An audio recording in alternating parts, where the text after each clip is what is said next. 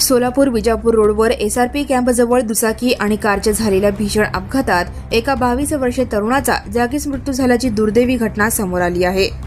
हा अपघात आज दिनांक 6 जुलै 2026 रोजी दुपारच्या सुमारास घडला। निसार जावेद मुल्ला वय वर्षे 22 राहणार झोपडपट्टी नंबर 2 विजापूर नाका सोलापूर असे मयत तरुणाचे नाव आहे। तर सोबत असलेला त्याचा मित्र तबरेज जमीर यादगिरी वय वर्षे 23 हा गंभीर जखमी झाला आहे।